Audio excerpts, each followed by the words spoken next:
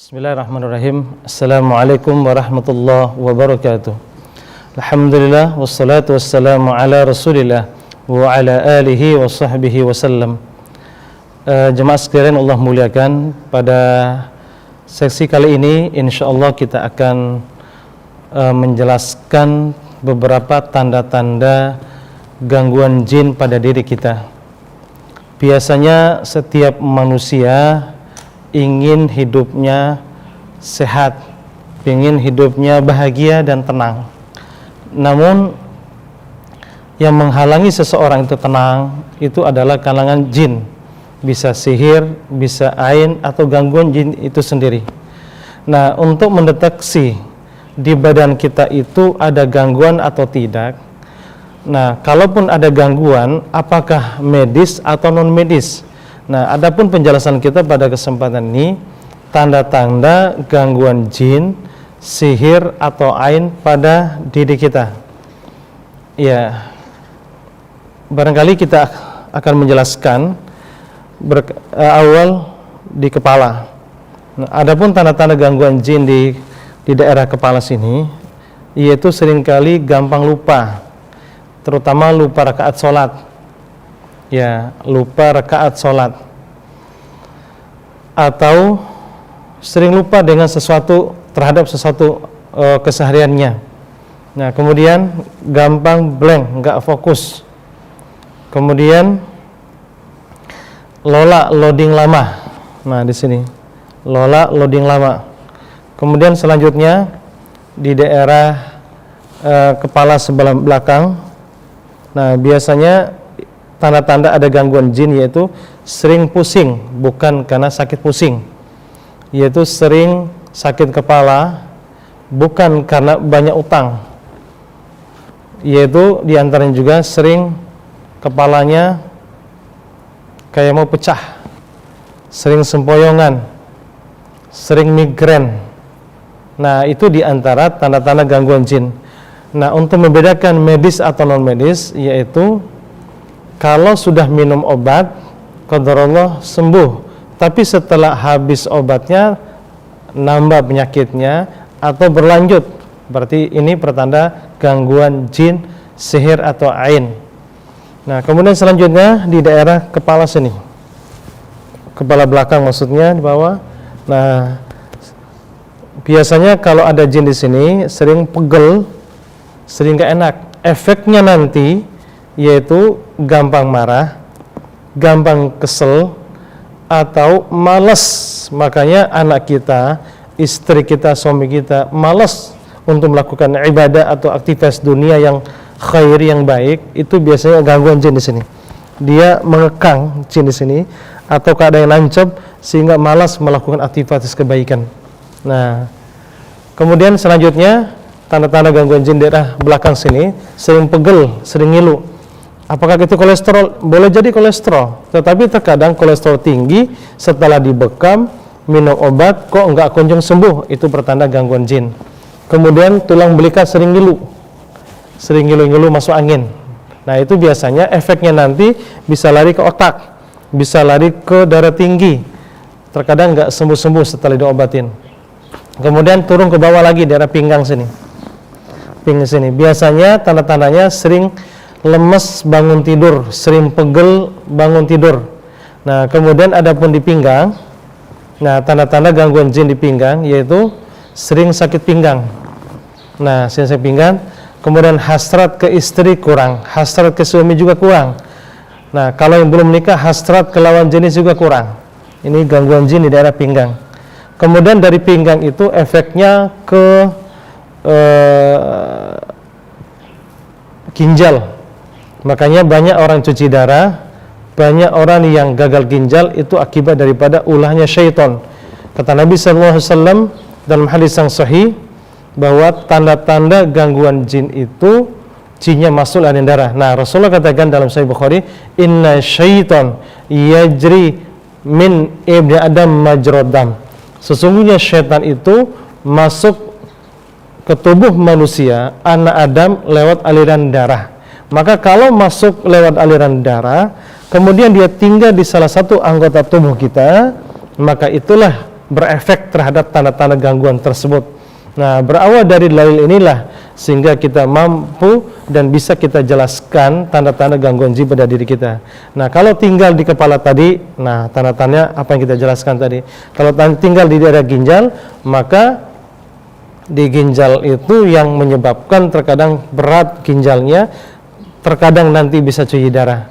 Selanjutnya yaitu tanda-tanda di muka, yaitu susah dapat jodoh, auranya ketutup. Nah, kalau tinggal di sini yaitu piktor, suka pikiran kotor, biasanya jin di sini. Mesum aja bawaannya, pikirannya. Nah, jinnya sini biasanya. Kemudian di daerah selanjutnya itu di daerah pelopak mata dan sekitarnya. Kalau di daerah sini yaitu gampang ngantuk. Tanda-tandanya ada jin di pelopak mata yaitu gampang ngantuk. Setiap kajian khutbah Jumat seringkali ngantuk. Kalau dengar dangdut itu biasanya seger. Nah, di sini. Kemudian selanjutnya indigo. Nah, orang tertentu yang punya kelebihan indigo, melihat jin di sana ada 10, di sana ada berapa. Nah, ini bukan kelebihan, justru kekurangan.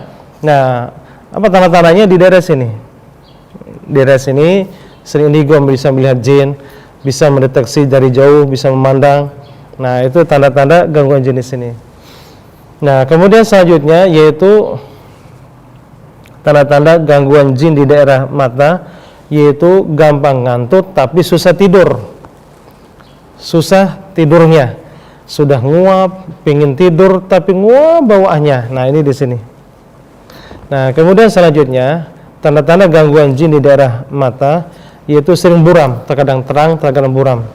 Terkadang cahaya matahari enggak kuat keluar mata dia. Nah, itu diantaranya. Kemudian selanjutnya mata keranjang. Tanda-tanda jin di mata yaitu sering mata keranjang. Melihat istri kurang cantik, tapi melihat selain istri kelihatan lebih cantik, padahal orangnya biasa-biasa saja. Nah, melihat suami, padahal suami ganteng, terkadang bosan lihat suami. Nah, itu. Kemudian selanjutnya tanda-tanda di daerah muka sini. Nah, ini yang menghalangi jodoh tadi. Gadis cantik terkadang kelihatan kayak nenek-nenek. Nah, di sini. Kemudian selanjutnya tanda-tanda gangguan di sini yaitu sering sinus sering keluar alergi ketika alergi dingin, terkadang keluar air hidung, terkadang pagi hari terasa begitu. Biasanya gangguan di sini.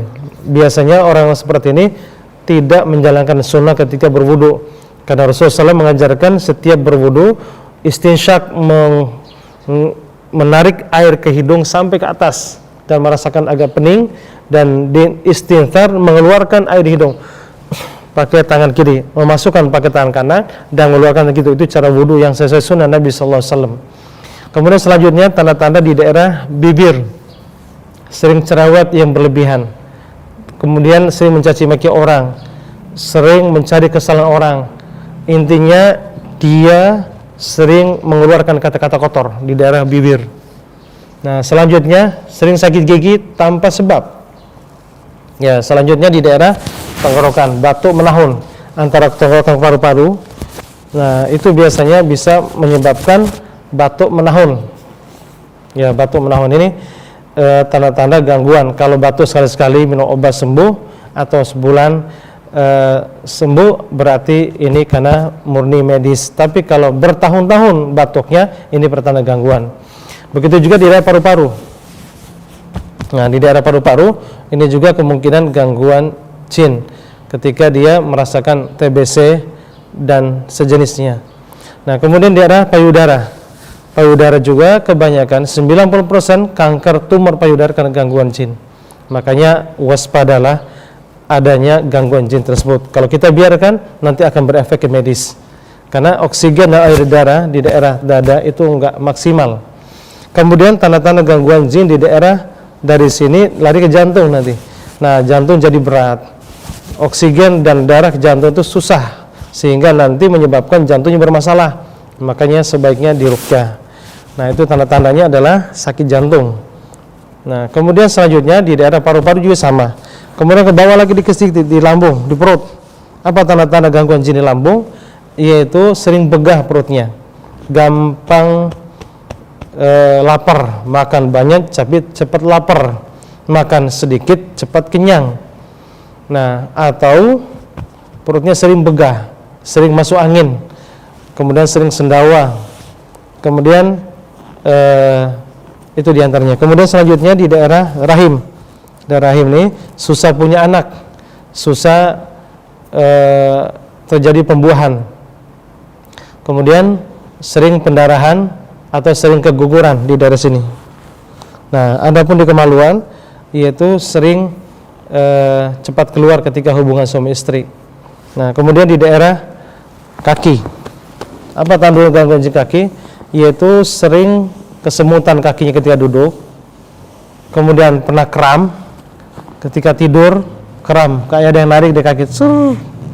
Kemudian selanjutnya setiap bangun tidur ketika injak kaki terkadang kayak kebas atau kayak ditusuk duri, berarti gangguan jin daerah sini. Nah, boleh jadi dia menginjak sesuatu yang disimpan orang lewat media sihir. Nah, kemudian selanjutnya kakinya sering lemas bahkan lumpuh. Nah, kalau sekiranya di antara tanda-tanda tadi ada pada diri kita, maka waspadalah. Maksud saya segera dikeluarkannya tanpa harus mencari ustadz. Diri kita sendiri bisa meruqyah diri sendiri. Silakan melihat, menonton video-video yang dikeluarkan dari Al-Hujjah tentang teknik ruqyah mandiri. Insyaallah sangat bermanfaat buat kita semuanya. Karena tanda-tanda gejala seperti ini harus dicegah segera. Karena para ulama menjelaskan al-wiqayatu khairu minal ilaj. Pencegahan itu lebih baik daripada pengobatan. Kalau sudah kena nanti, itu yang membingungkan para ahli medis, para dokter. Nah, mungkin di analisa mereka terkadang sulit untuk mendeteksi penyakit apa yang terjadi pada diri kita. Nah, makanya sebelum terjadi penyakit tersebut, sebaiknya kita rajin meruqyah diri sendiri. Berusaha berulang-ulang, jangan malas. Sekali kita ruqyah, oh enggak ada, belum tentu enggak ada. Berulang-ulang terus. Nah, karena setiap kita meruqyah diri sendiri nanti semakin tajam. Barangkali ini yang perlu kita sampaikan kepada semua. Wallahu taala alam. Aqulu qouli hadza nasul adim. Subhanakallah bihamdik asyhadu an la ilaha illa anta astaghfiruka wa atubu ilaik. Wassalamu alaikum warahmatullahi wabarakatuh.